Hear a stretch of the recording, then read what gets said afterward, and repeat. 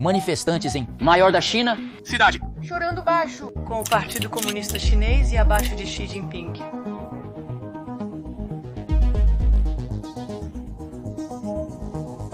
Tiroteios mortais, assassinatos de oficiais, tumultos de vingança social e economia chinesa à beira do colapso.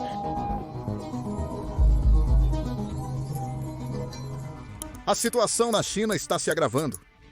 Há apenas 2 semanas, faixas pró-democracia foram erguidas em uma grande cidade chinesa. E agora tumultos irrompem por todo o país. Em uma cidade, a situação ficou tão caótica que um manifestante assassinou um oficial do Partido Comunista Chinês e o público comemorou a morte. Tivemos um comentarista chinês dizer publicamente que, sob dificuldades econômicas, as maldades do Partido Comunista Chinês irão provocar retaliação pública. Comentários como esses preocupam Xi Jinping, pois ameaçam o governo do Partido Comunista Chinês. Mas eu não acho que eles possam sustentar isso por muito mais tempo. E existem alguns motivos. Xi Jinping, porque ele virou as costas para o consumo como sendo a base fundamental da economia chinesa, só há uma saída para resgatar uma situação cada vez mais sombria, e isso é exportar mais. A China não está crescendo na taxa de 5% divulgada para o último ano. Pode nem mesmo estar crescendo, mas sabemos que a tendência é de queda porque podemos ver sinais de preço que sugerem, na verdade, que gritam deflação. Né? Mesmo que a China crescesse a 50%, provavelmente não seria rápido o suficiente para esses caras pagarem a dívida. A China não tem apenas um problema com Trump neste momento, a China não tem apenas um problema com uma economia que parece estar se contraindo. A China tem agora o seu 2008. Em 2008, eles não queriam sofrer uma recessão. Então, eles superestimularam sua economia, eles acumularam dívidas. E agora, essa dívida é simplesmente muito pesada. Então, você tem todas essas crises atingindo ao mesmo tempo. E então, Xi Jinping, que há alguns meses atrás parecia que governaria o mundo, agora ele vai ter sorte apenas de acordar vivo pela manhã. Essa derrota teve a ver com a crise hipotecária chinesa, que só piorou desde que a guerra tarifária começou. Agora, da última vez que fizemos um vídeo sobre a crise hipotecária na China e os protestos que estavam ocorrendo no país por causa disso, nosso vídeo foi desmonetizado e restrito em poucas horas após o upload. Para nós, não fazia sentido o porquê, pois falamos sobre protestos em muitos países diferentes. E por algum motivo, este vídeo específico foi destruído e não os outros. Bem, mais de 1 ano depois de publicarmos aquele vídeo, o YouTube decidiu que havia cometido um erro e decidiu desrestringir e monetizar nosso vídeo. Temos a sensação de que, como estamos abordando o mesmo tema hoje, este vídeo também pode ser desmonetizado e restrito. Se puderem nos ajudar, cliquem no botão de curtir, se inscrevam no canal e compartilhem nas redes sociais. Assim, não dependeremos do algoritmo do YouTube. Antes de discutirmos a crise hipotecária, gostaria de mencionar brevemente o protesto pela democracia ocorrido na China há 2 semanas. Isso aconteceu por volta do dia 14 ou 15 de abril, há aproximadamente 2 semanas. Este é o relatório. Enormes faixas exigindo mudança política foram penduradas de uma ponte elevada em Chengdu, China, com a mensagem: sem reforma do sistema político, não haverá renovação nacional. O povo não precisa de um partido político com poder irrestrito. Não precisa de ninguém para apontar a direção. A democracia é a direção. O manifestante por trás deste ato ousado compartilhou uma foto da cena antes de ser desaparecido à força. Vocês podem presumir o que isso significa, mas temos mais informações sobre o manifestante agora. Antes de chegarmos a isso, vamos terminar este relatório. Ele revelou que passou 1 ano inteiro se preparando para este momento, determinado que seria visto e lembrado, não importa o custo. Suas últimas palavras antes de perder contato foram: tudo o que desejo é democracia na China. Os estrangeiros não entendem a coragem necessária para fazer isso. O povo chinês é quem mais sofre nas mãos do Partido Comunista Chinês. E parece que finalmente estão se manifestando. Em seguida, um relatório sobre jovens chineses usando redes sociais censuradas no país e mencionando diretamente Xi Jinping. Antes disso, quero falar mais sobre onde essas faixas foram penduradas. A escolha da cidade foi muito apropriada. Chengdu é a cidade que os influenciadores americanos do TikTok sempre se encantam, dizendo que as pessoas não conhecem a verdadeira China. Lembre-se de que, como qualquer outro país, a versão real de si mesmo possui diversas facetas. A diferença é que em um país autoritário, as pessoas não têm permissão para criticar abertamente as versões de um país que o governo não quer que você veja. Mas de vez em quando, recebemos lembretes de que há muita coisa acontecendo sob a superfície sobre a qual as pessoas permanecem em silêncio. O povo chinês está se manifestando, e este protesto parece ser apenas o começo. Antes de falarmos sobre outros protestos, aqui está o que sabemos sobre este ativista. Antes de concluir, quero mencionar que este manifestante já está sob custódia do Partido Comunista Chinês. Então, não o estamos colocando em risco ao compartilhar sua foto. De fato, esta foto já está circulando nas redes sociais chinesas. O ativista que pendurou as faixas na passarela em Chengdu se chama Milei Xinglin, um jovem de 27 anos de Sichuan. Segundo ele, essas faixas foram preparadas durante um ano. Antes da ação, ele teve uma disputa trabalhista com a Shenzhen Board Vision Hinchuan Technology. Durante o processo de reclamação ao Departamento de Inspeção do Trabalho, a equipe se esquivou de várias maneiras. Ele até desligou antes que pudesse terminar de explicar a situação. Agora, isso pode parecer uma questão trivial, mas temos que perceber que provavelmente foi uma das muitas coisas que estão incomodando a população chinesa. E isso é o que o levou ao limite. Lembra da Primavera Árabe no Oriente Médio? Começou na Tunísia, quando um vendedor de produtos teve seu carrinho apreendido pelas autoridades, e quando ele foi reclamar, eles apenas riram dele. Então ele ateou fogo em si mesmo para protestar contra o regime autoritário. E dentro de semanas após isso acontecer, o governo havia caído. Isso não significa necessariamente que ocorrerá na China, mas temos que ter em mente que muitos grandes protestos começam como um pequeno evento. E aparentemente isso já ocorre na China. Mais um adolescente critica publicamente a conduta de Xi Jinping na guerra comercial. Recentemente, a China e os Estados Unidos da América começaram a lutar novamente na guerra comercial. Os Estados Unidos da América anunciam aumento de tarifas, e o Partido Comunista Chinês declara que irá lutar até o fim. Soe forte e destemido, mas reflita, quem de fato sofre com isso? Não são os oficiais ou ricos, somos nós, o povo. Olhe para a vida agora, os preços sobem a cada ano. Os ovos, a carne e as frutas estão caros, especialmente as frutas. Os jovens ficam desempregados após a formatura, pois não conseguem encontrar empregos. Demissões na internet, fechamento de fábricas e pequenas empresas. Porém, o Partido Comunista Chinês não está focado em resgatar a economia. Eles continuam reprimindo empresas privadas enquanto lutam contra os Estados Unidos da América na guerra tarifária, alegando proteger interesses nacionais. Mas quem é o país senão nós mesmos? Nossos empregos estão ameaçados, enquanto falam sobre soberania e firmeza. De que adianta? Os Estados Unidos da América aumentam as tarifas e a China retalia de imediato. O custo real desse aparente vai e vem está sendo pago por nós, o povo comum. Os pedidos de fábrica sumiram, o comércio exterior está caótico, há demissões e fuga de chefes, não há proteção para o sustento da população. O Partido Comunista Chinês alega não iniciar problemas, mas não está fazendo isso agora? Se o líder do país realmente se importasse com as pessoas, focaria em melhorar nossas vidas, não apenas em fazer cara feia. Não há vencedores em uma guerra comercial, é sobre poder e sabedoria. Quando eles dizem que vão lutar até o fim, apostam no sustento das pessoas. No final, eles lutam e nós passamos fome. Não queremos ser arrastados para isso. Não queremos pagar o preço pela luta deles, só queremos emprego estável, comida na mesa e uma vida pacífica. Simples assim. Infelizmente para o Partido Comunista Chinês, seus problemas não param por aí. Se acompanham o canal, temos falado sobre como a economia da China é insustentável, mesmo antes da guerra tarifária começar. Veja, a China tem enfrentado a crise hipotecária que tem sido a ruína de sua existência. Bem, as coisas não melhoraram muito para o Partido Comunista Chinês. E os cidadãos chineses ainda estão muito irritados com os oficiais do Partido Comunista Chinês arruinando seu futuro.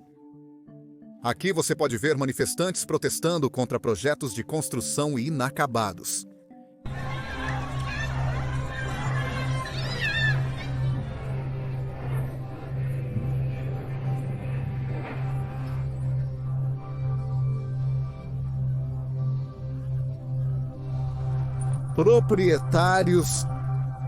Os proprietários de edifícios inacabados foram espancados e presos pela polícia por defenderem seus direitos no escritório do governo da Zona de Desenvolvimento Econômico de Daya Bay, em Guangdong.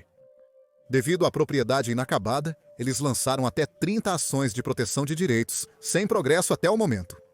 O vídeo mostra proprietários reunidos no portão da Zona de Desenvolvimento, bloqueando a entrada e gritando slogans como "Devolva minha casa" e "Abaixo os aproveitadores". Agora, como mencionei anteriormente, isso tem acontecido há quase 2 décadas. Mas a situação piorou alguns anos atrás e tem continuado a piorar desde então. Veja, as tarifas não estão ajudando porque as pessoas estão sendo demitidas e a pouca economia que tinham investiram em imóveis porque na China os imóveis eram uma das únicas coisas em que as pessoas podiam investir. Porque muitas das empresas mais lucrativas pertencem ao Partido Comunista Chinês. Os líderes do Partido Comunista Chinês não querem colocar isso no mercado público para não terem que dividir o dinheiro com os cidadãos chineses. Então, muitas das empresas são totalmente estatais. Isso indica que a população não é beneficiada pelo sucesso das empresas chinesas. Por isso, os chineses investem principalmente em imóveis, comprando casas após casas. Existem questões culturais em jogo também. As famílias na China usam o mercado imobiliário como forma de planejar a aposentadoria. Homens solteiros com imóveis são considerados bons partidos para casamento. A quantidade de propriedades que possuem está diretamente ligada ao seu status social. Considerando esses fatores, é compreensível por que os preços dos imóveis continuaram subindo nas últimas 2 décadas na China. Isso realmente alimentou o ciclo. Uma vez que todos começaram a ver que os preços dos imóveis só aumentavam, as famílias começaram a comprar ainda mais imóveis porque queriam uma parte desse lucro.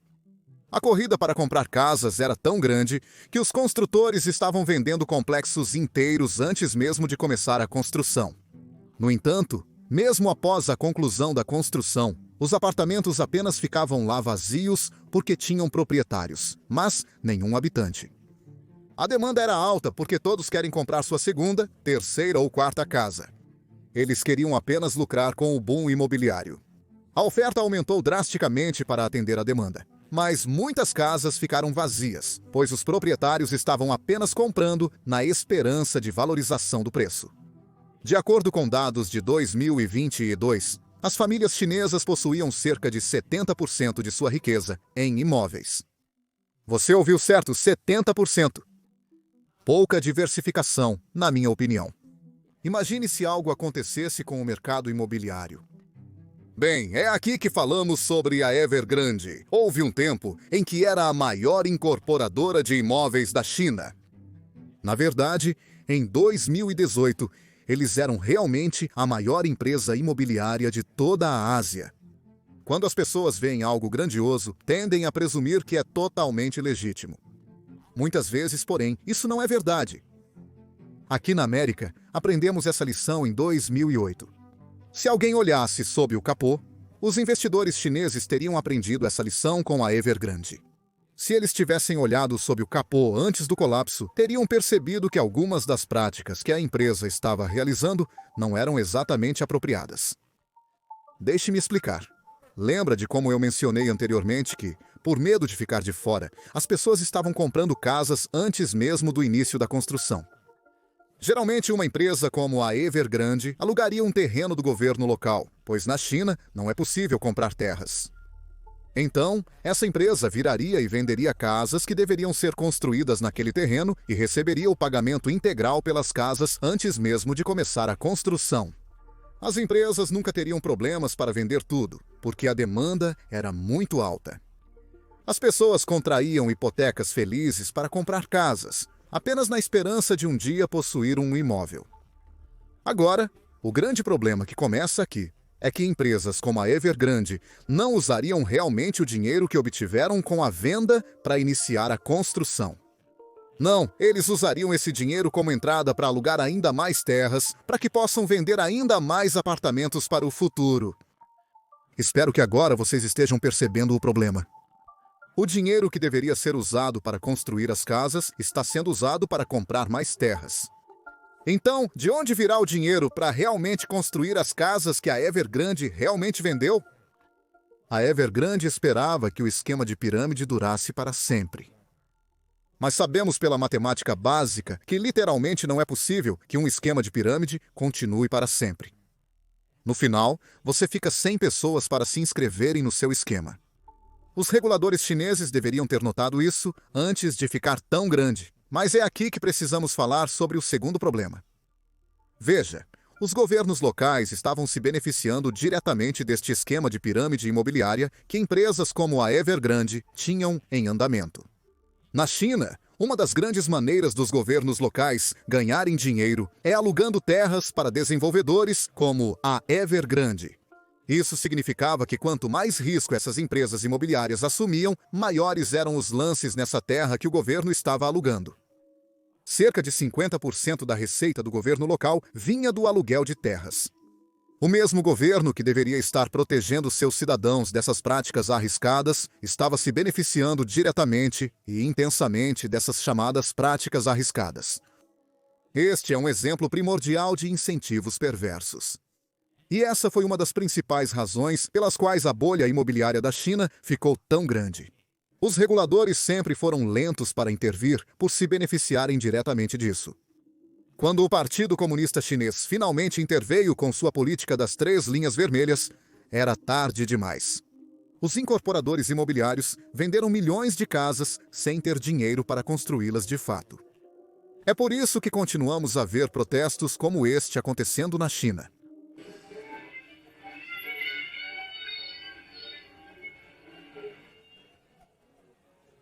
Infelizmente, parece que um desses protestos se tornou mortal. O secretário do subdistrito de Ayugua, no distrito de Xinjiang, na província de Guangdong, foi espancado até a morte por requerentes de uma ilha na entrada do escritório do subdistrito. Outro incidente fatal. Muitos dos relatórios sobre este incidente são suprimidos pelo Partido Comunista Chinês e os que encontrei estavam em chinês. Então estou usando o Google Tradutor, então me perdoe se eu errar algo. Mas parece, com base na minha pesquisa, que isso estava relacionado à compensação que o Partido Comunista Chinês deveria dar aos moradores cujas casas foram demolidas. Mas parece que este específico oficial do Partido Comunista Chinês estava envolvido em silenciar os moradores e garantir que eles não fossem pagos. Suspeito que houve corrupção envolvida. Então, um dos moradores irritados esperou do lado de fora do escritório no dia 17 de abril e quando ele viu o oficial, foi quando o incidente aconteceu. Agora, por mais chocante que isso tenha sido para mim, essa nem foi a parte mais chocante envolvendo essa agressão. Foi a reação que o público teve. De acordo com um relatório online do YouTube, parece que os cidadãos chineses estavam comemorando essa agressão, dizendo que deve ter sido um oficial do Partido Comunista Chinês que levou esse cara ao seu limite, e os oficiais adoram tornar a vida das pessoas difícil. Um comentário até chegou a colocar toda a culpa no Partido Comunista Chinês, dizendo que sob dificuldades econômicas, as maldades do Partido Comunista Chinês provocarão retaliação pública. Aqui, quero falar sobre outra decisão estúpida que o Partido Comunista Chinês tomou desde o início dessa guerra comercial. Uma das minhas histórias favoritas é Xi Jinping, proibindo companhias aéreas chinesas de comprarem aviões da Boeing, enquanto ele próprio viaja neles. Bem, a resposta de Xi é que todas essas companhias aéreas chinesas deveriam estar comprando o fabricante de aeronaves chinês, Sen-Omak, e seu modelo principal, o jato Sen-919. Bem, aqui eu tenho uma razão perfeita para eles não comprarem do fabricante chinês. Aqui temos um chinês 919 que literalmente caiu em uma fazenda. Isso é apenas um exemplo de polimento de bola.